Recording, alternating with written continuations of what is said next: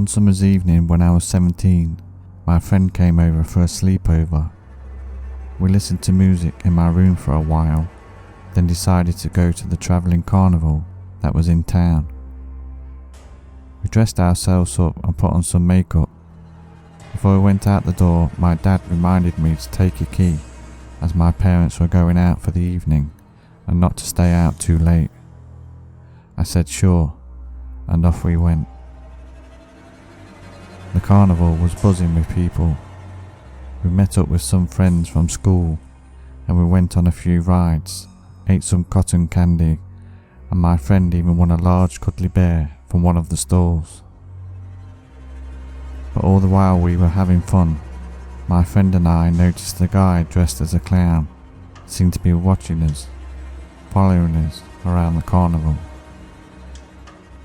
At one point the clown was walking towards us and tripped, placing his hands on my shoulders to steady himself.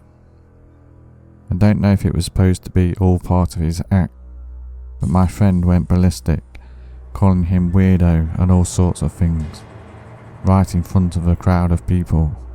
The clown apologised silently with his hands and quickly walked away while my friend carried on shouting and belittling him, and I sort of felt sorry for him at this point.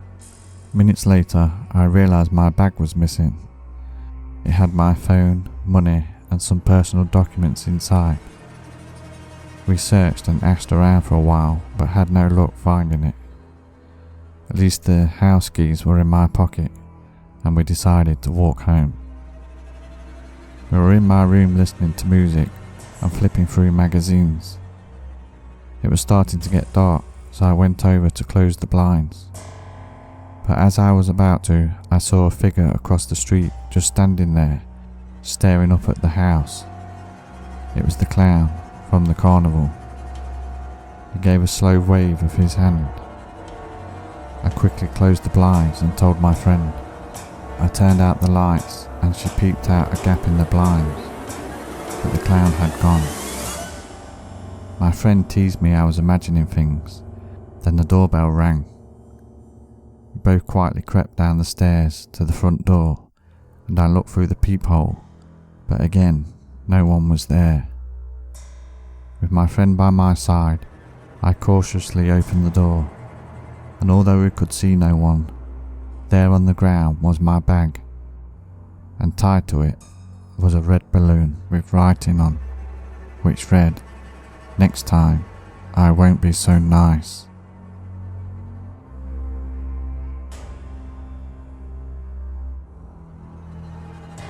When I was in my early teens, my friend Paul and I broke into the local amusement park. It was a dark, cold autumn evening, and the park had been closed a few weeks. We missed the hustle and bustle of people, the bright lights, and the twirling and rolling of the rides, and the sweet taste of cotton candy. But as we climbed over the gates, the park was dark and empty, and the rides were motionless. The only sounds that we could hear were that of our own footsteps. We climbed onto some of the rides, but being motionless, we soon got bored. So we decided to check out some of the buildings. We didn't expect any of the doors to be open, but when we tried the handle at the House of Magic Mirrors, the door invitingly swung open.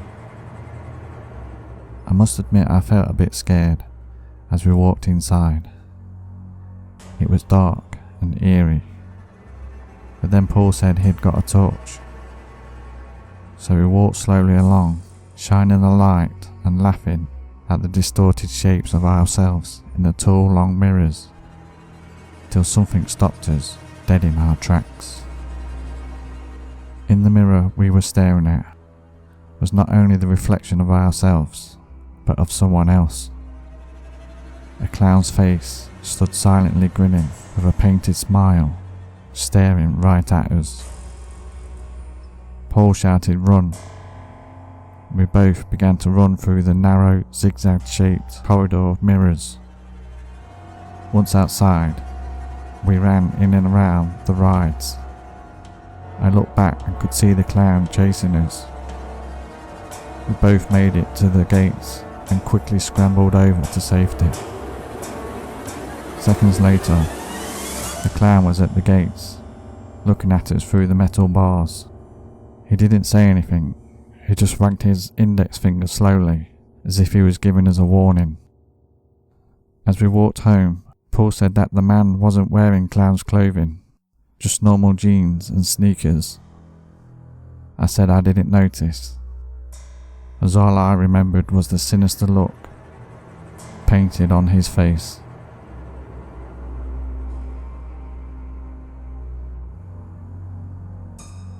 A few years ago, in my early 20s, I was walking home from town after enjoying a night out with my friends.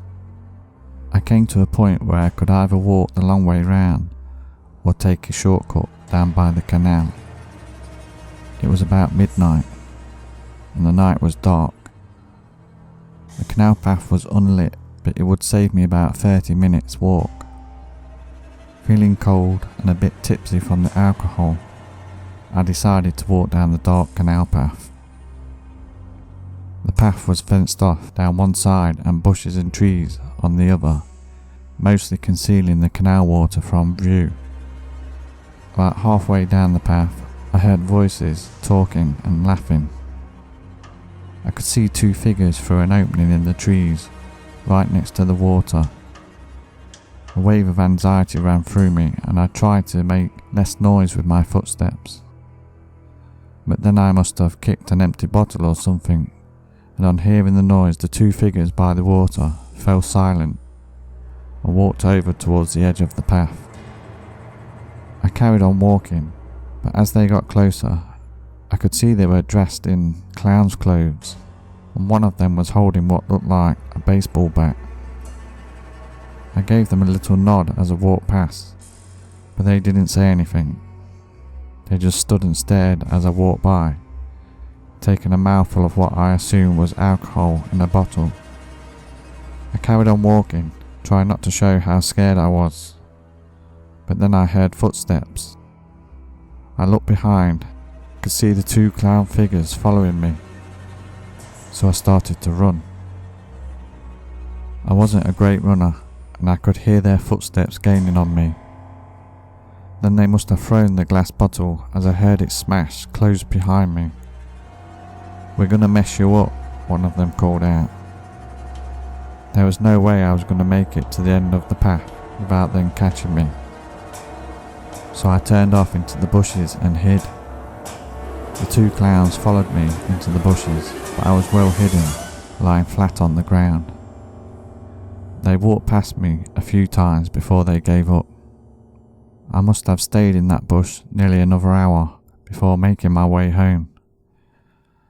I was never a clown hater, or found them creepy like some people, but seeing them two figures on a dark night unexpectedly walk out from the bushes like that totally freaked me out.